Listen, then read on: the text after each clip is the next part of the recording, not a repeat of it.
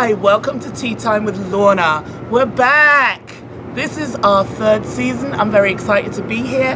As you can see behind me, we are filming in New York City, one of my favorite cities in the whole world. I just can't believe the view. It is amazing. It's amazing. I'm so glad for the opportunity to film here today.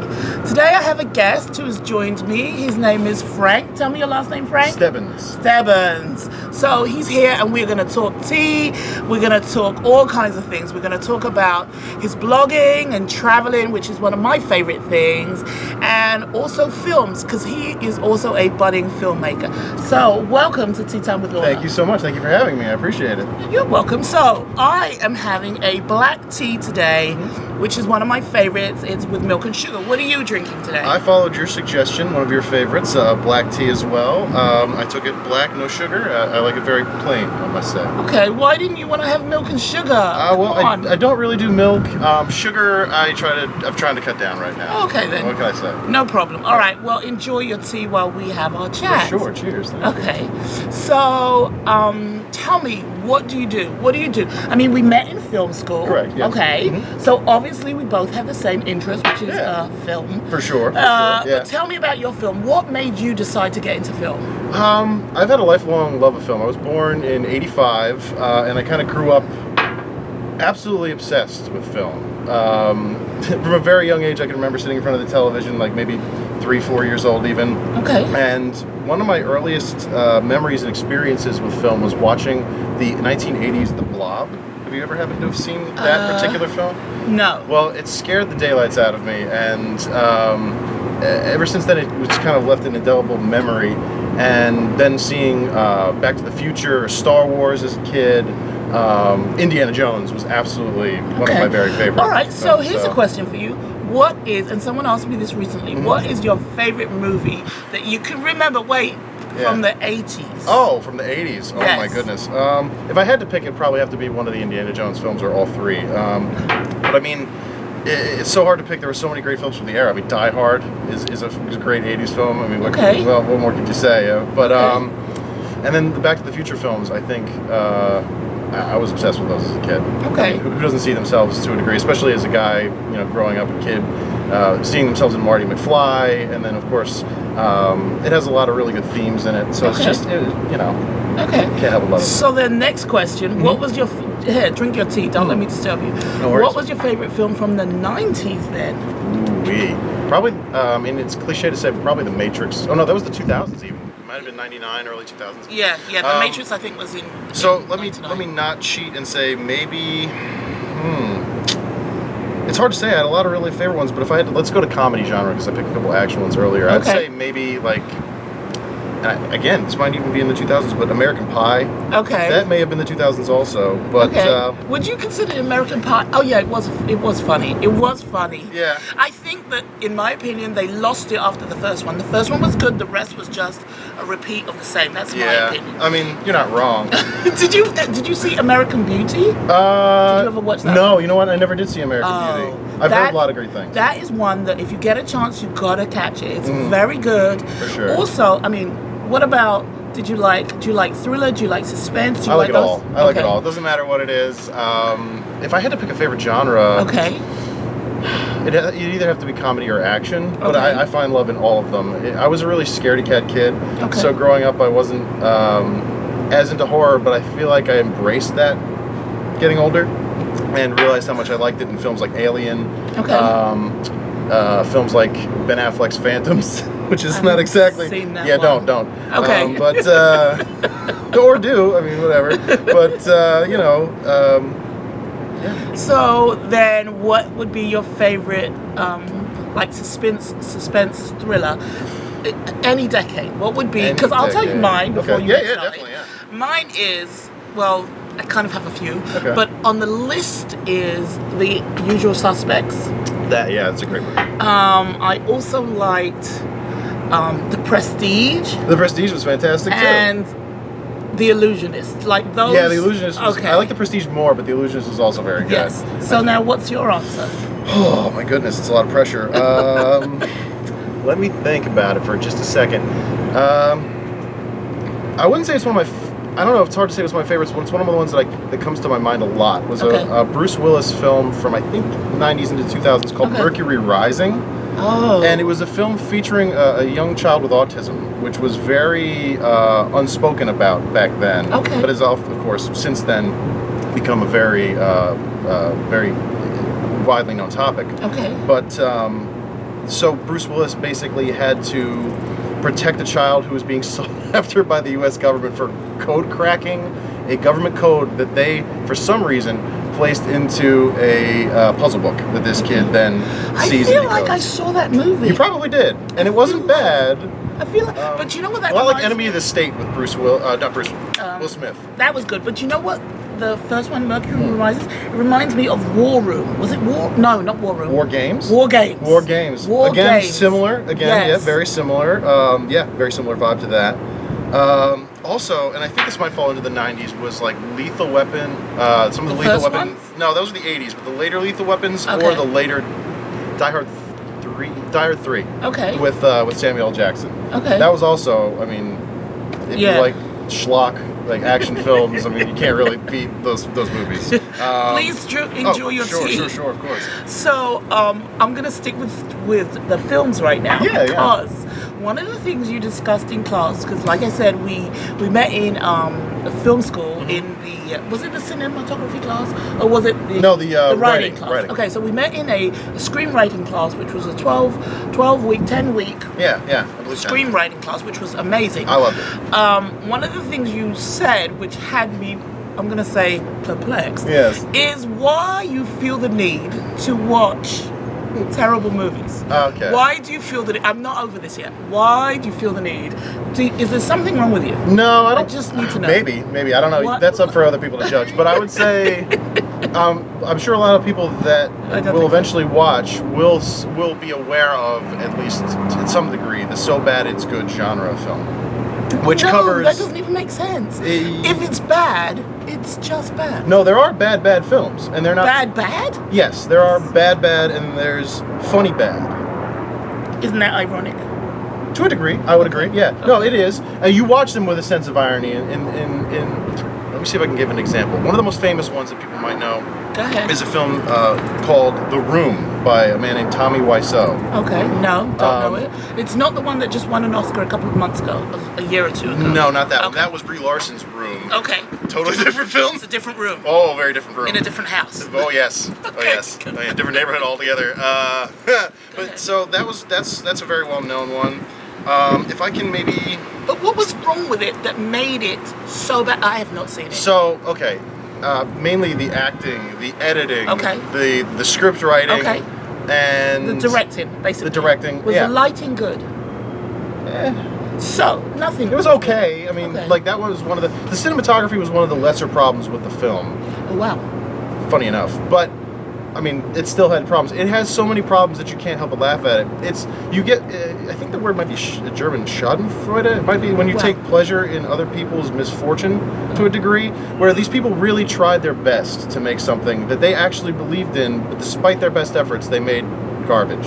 And you don't want to be mean about it, because it's not about that, but you can't help it. Like, when somebody's trying to do something seriously, but all against and despite their best efforts, it becomes hilarious. I mean, then those are the kind of movies that I'm talking about. So the interesting thing that came from that conversation in class was I started to think about what can I learn as a filmmaker from watching bad films. Exactly, also because the point. For me personally, that sounds like a painful experience, and there must be a better way. So what have you learned from watching?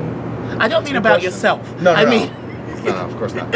About filming and what not to do. What did you learn? So, depending on the film, I mean, I could point to a Jaleel White movie called Who Brought the Potato Salad? Oh, stop right there. Stop right there. Yeah, it's a little ridiculous, I might admit.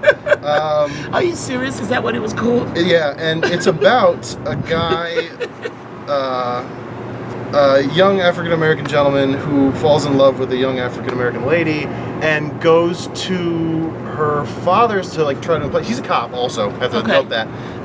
He goes to their house to meet the parents type deal, pardon me, and ends up that the father is a ex-Black Panther and not very fond of police. Okay. So the dynamic in this film is off the wall from the get-go because it's not taken like seriously. It's supposed to be kind of like a romantic comedy. Okay.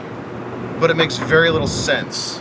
And once you get into it, there's a lot of script writing issues. There's a lot of cinematography issues that you can immediately check. And there's a couple scenes where, like, you can immediately tell, like, the color temperature is off in between different shots. Like, in the same set of a sequence of shots, it'll be, you want the action to be seamless. Yeah, seamless, and it's just not when you shoddy. Can tell. Yes, it's very shoddy when you can tell, like, hey, it goes from a cold color temperature to, you know, a regular to, or like just medium in between cold and warm to very warm color temperature. You can just tell when they've white balanced it improperly. They've done all sorts of things. So do you think that your experience having done the class makes you more critical of the bad films, or so in other words, your standards of acceptability have changed, or did you have the same standards before? In other words, you're using words like white balance. I'm not saying you didn't know them before, but I know for myself, I'll give an example.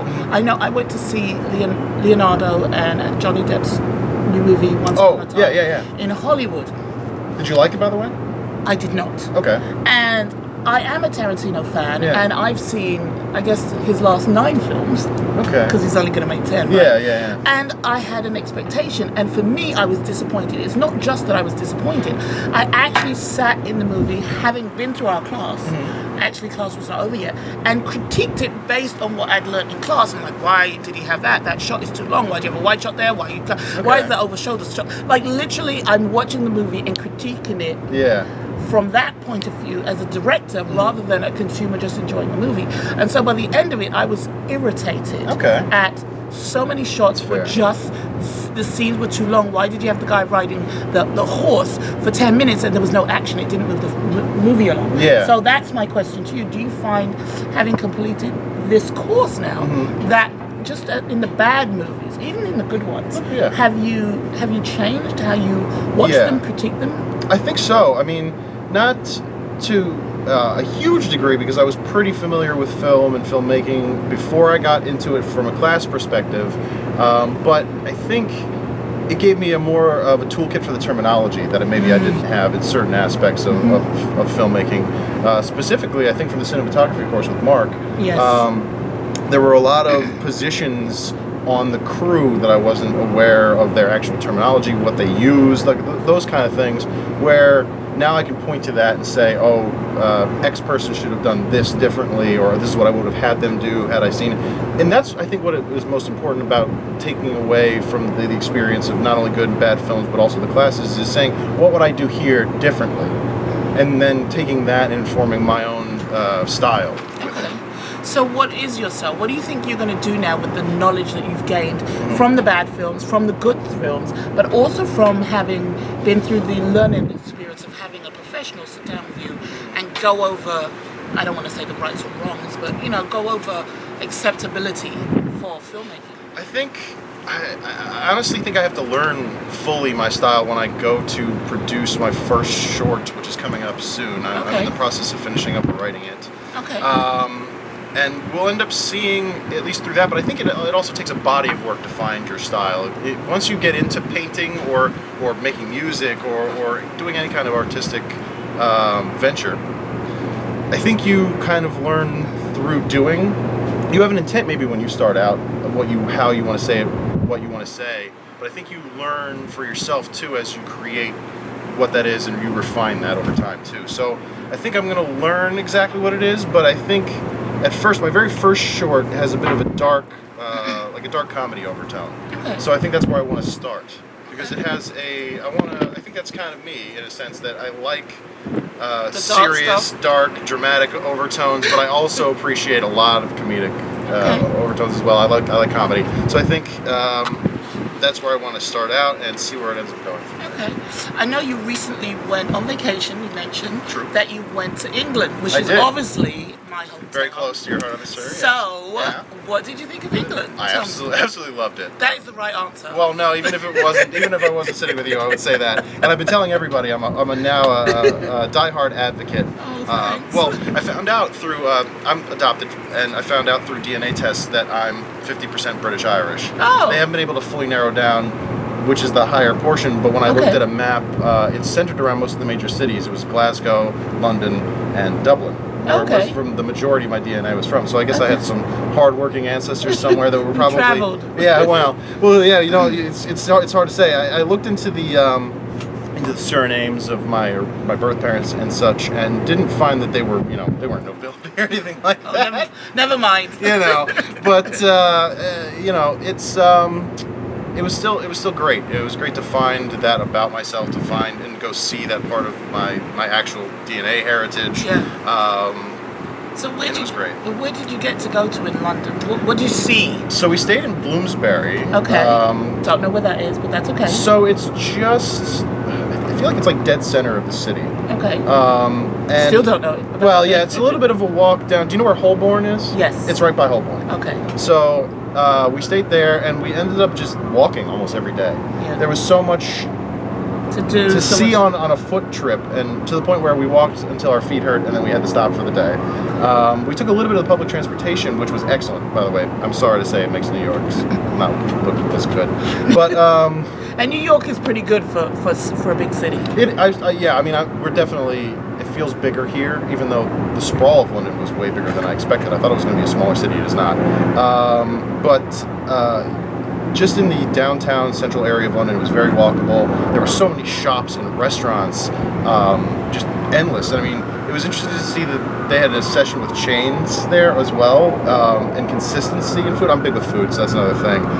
And I just recently sadly, I got diagnosed with celiac disease, so I have to. Now I have to really be careful. And over there, they really care about it. Yeah. Here they don't so much. And my girlfriend is very much allergic to eggs to a deathly degree.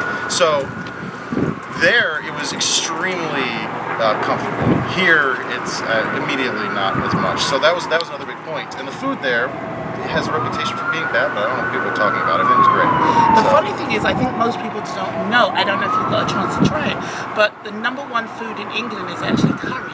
Yes, actually, yeah. I found some gluten-free curry and had myself some, and it was excellent. I know. A place called Masala Zone. Shout out. Yeah. So no one knows this is like a secret, and people are like, and I'm like, how could it be bad? We love curry. Everyone eats curry.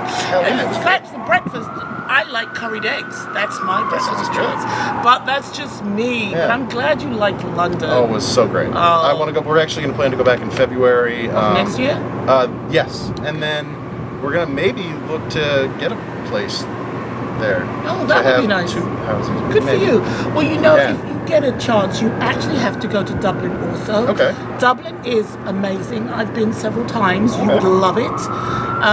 Yeah, I plan to go there too. Yeah, and I'd love to go to Wales. I'll go to all of them. Yeah, you definitely. I mean, I'm not picking Dublin over the others. Yes. But if you get a chance to go, you've got to go to Dublin, you've got to go to Wales, you've got to go to Scotland. In fact, you might as well do all of Europe. But I mean, yeah, you're not wrong. I mean, yeah, and my girlfriend actually just recently took a trip to Portugal. Okay. Which she also couldn't speak highly enough of. Yeah. So The Portugal I've never been to, but it's one of those on my list. You know, I like to travel as well. A couple of years ago, I was very blessed. I was able to do, in a good 5-week session, I was able to do, let's see if I can get this right, I did Russia, the Czech Republic, Bulgaria, Germany, France, Amsterdam, London, and Vienna. You knocked nearly half of it off the map. Wow. Yes. And let me tell you, it was a great time. I had a lovely time. I went with some friends and also with my church. Okay. We had a great time, and the funniest part was one day I woke up and I literally didn't know what country I was in. It was very confusing. I got up and I just looked at the apartment and I just looked for someone to speak so I could figure out where I was. Oh my It's goodness. very funny. Wow. I just literally could not remember where I was. And I'm like, no one is speaking. No one was in the house with me. I was alone. I was like, where am I in the world? I was actually in my friend's house in Paris. But in that moment, yeah, you wake up. I couldn't remember. Yes, Because every Sunday for 5 weeks I was in a different country. Wow. So it was very confusing. 5 weeks. That's a long trip too. Yeah. Oh, I loved it. That had to be great. It was amazing. Yeah, amazing. And one of the things that surprised me going back to London, because I had not been for a few years at that point, was how crowded London was, or is, compared to New York. I mean, yeah, London is off the chains. It's like, there's so many people, they're all hustling, bustling. I used to think New York was the craziness of that. No, London surpasses When that. you get up north here in the city, you don't really feel it as much as you do downtown. But like, yeah, it isn't as crowded as people feel like it is. But everyone who comes goes to the tourist areas where it's always crowded. Yeah. And I was surprised too. Like when I went down into the theater district, I've never seen a street packed like that in New York, where cars were trying to get through, but each side of the street was packed 6 people deep all the way down for as far as you could see. That was nuts. Yeah. Yeah. The other thing we haven't done in London, well, we have done it, but not as much as they have in New York. Mm-hmm. In New York, I forget which mayor it was that closed off some of the street to traffic. I can't remember. It's probably, I think it was Bloomberg. I think so. I feel like if it's wrong, somebody let us know. Yeah. But so that was great because that allowed it to be a lot more walking in those areas, and that's something that parts of London could really do with. Granted, there's a lot of walking in London. Yeah. But all the buses, all the trains, and all that stuff, the congestion is crazy. Mm-hmm. They're trying to do congestion pricing, which I know New York is doing. Well, I don't know if they've done it yet. They haven't done it here yet, I don't think. Maybe they're going to. I know they're going to, and I don't know if they've done it there yet either, to be honest. Yeah, I know it's up for consideration. So, because it's really they got bigger fish to fry right now. Did you manage to get to Trafalgar Square? Oh yes. It was excellent. So you know the lions? Yes. I fell off one of those when I was a kid. Well, there were kids all over them, so I could see that being the case. Yeah, when I was 15, I fell off one of those lions. Oh no. Yeah, with 3 of my... They're tall too, that's no good. With 3, well, I fell, the 3 other friends, they did not fall. And I sprained my ankle, and this was before 10 Downing Street was not accessible. I was going to say, yeah, I thought it was, but yeah, you cannot go anywhere near it. Not now, but when I fell, you could, and they helped me, and we hopped all the way to 10 Downing Street. And the policeman outside 10 Downing Street, because this was a Sunday around Easter, so it was empty. Yeah. The policeman comes out and calls an ambulance for me to go to the hospital. Oh my God. Like literally. But now you can't. No, you can't go anywhere near it. No, they've been closed completely off. You can't even go on the street. Nope. So yeah. And then fast forward years later, I take my son to London. Mm-hmm. We climb up on the same line. I'm telling this 4-year-old kid the story, and now I'm on the line. Now I'm paranoid. Now I can't get down because all I can think is I'm about to fall. Oh no. 4-year-old. Oh boy. I know. I had to have an American help me get down. But I'm glad you got a chance to see. Oh yes, me too. Trafalgar Square. It was excellent, and we saw Leicester Square as well, which was nice. Wait, Leicester? Was it Leicester Square? I don't know which one. It's another square. There's a lot of squares.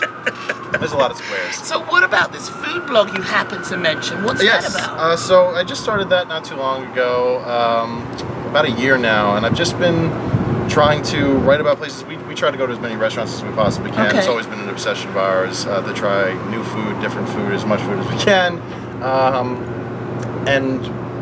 When I first moved back down here, I went to college in Pennsylvania. About 2012, I moved back down to the area, and I moved to Staten Island. I met my girlfriend on a vacation trip, actually with a ski club. So long story short, moved to Staten Island, and then got a job downtown, was trying to find... at that point, I was very much obsessed with watching Anthony Bourdain and Andrew Zimmern on Travel Channel, and I said, hey, well, you got a great opportunity here in New York. Seize that while you've got the chance. So started doing that, and after about 4 or 5 years of doing that, I thought to myself, why am I not writing this down somewhere with my experiences? So that's where I came up with it. I know everybody in the world has a food blog, so what's the difference? But what I tried to do with mine was keep it short, a short description, 1 page, nothing negative. Everything I write is positive, or I don't write it. And I just try to keep it brief. I don't do a lot of photos. It's just a quick photo of the restaurant, so you know where to go. What's your favorite type of food? You said you love the food in England. Thank you. Mm-hmm. What's your favorite type of food? Ooh, I think... Or what's your favorite type of food to write about? Oh, that's interesting. Probably Korean or Japanese. We have a lot of that in Cliffside Park. We live in Cliffside Park, New Jersey. There's a lot of Korean and Japanese restaurants around us. Okay. And especially when you go to a Korean restaurant, all of them have their own typical... It's very much like Italian food, where, they have the concept of the grandmother, and they all do it their own way. That's very true in terms of what we found in the Korean restaurants as well. So while they all may have the same dishes, they all do them ever so slightly differently, or sometimes they do a whole new wrap on it, and it's really a fun experience. I enjoy it. Yeah, I like Korean food also. Well, I don't think there isn't a type of food that I don't like. That's kind of where I'm at. Yeah. I have certain meats that I don't like liver, but other than that, I think I like mostly. I didn't, and then I had a good French liver pate one time that I really enjoyed. That was good. Yeah, I think I'll give that a skip. And also, there's a Turkish place by us that does fried pieces of liver. That's actually not bad either. It's a little rich though. Yeah, that's still a no for me. Yeah, no, I hear you. Everybody's got their own personal taste. Well, I want to thank you for joining me for tea today. Of course. I hope you had a good time. I certainly did. It was did. Excellent. I'm really fascinated by your bad films. Well, not yours. The bad films you like to watch. Hey, if we ever want to do an episode specifically on that, I'd come back in a heartbeat. Well, we might do that because that really has me quite fascinated. I think that makes you a really unique and individual person that, bad films, but it's given me a great perspective, so I really like it. Well, thanks. It's been my pleasure to have you on as a guest today. My pleasure being here. This was fun. Hopefully my viewers also enjoyed our wonderful view of New York City. But that's really all we have time for. Thanks for coming. Thank you for having me. Thank you so much. So that's all we have time for now on Tea Time with Lorna. I hope you all had a great time. I hope you enjoyed the session. And we will be filming again and having fun and drinking tea. I think my next guest next week is a dancer. I've been working on this girl for ages. She keeps promising and then we never make it. If not, that's okay. I have a couple of writers that I'm happy to be having tea with. I have another filmmaker that I'm going to have tea with. So we got a lot of interesting guests this time around, and I hope to see you soon. Talk to you later. Bye.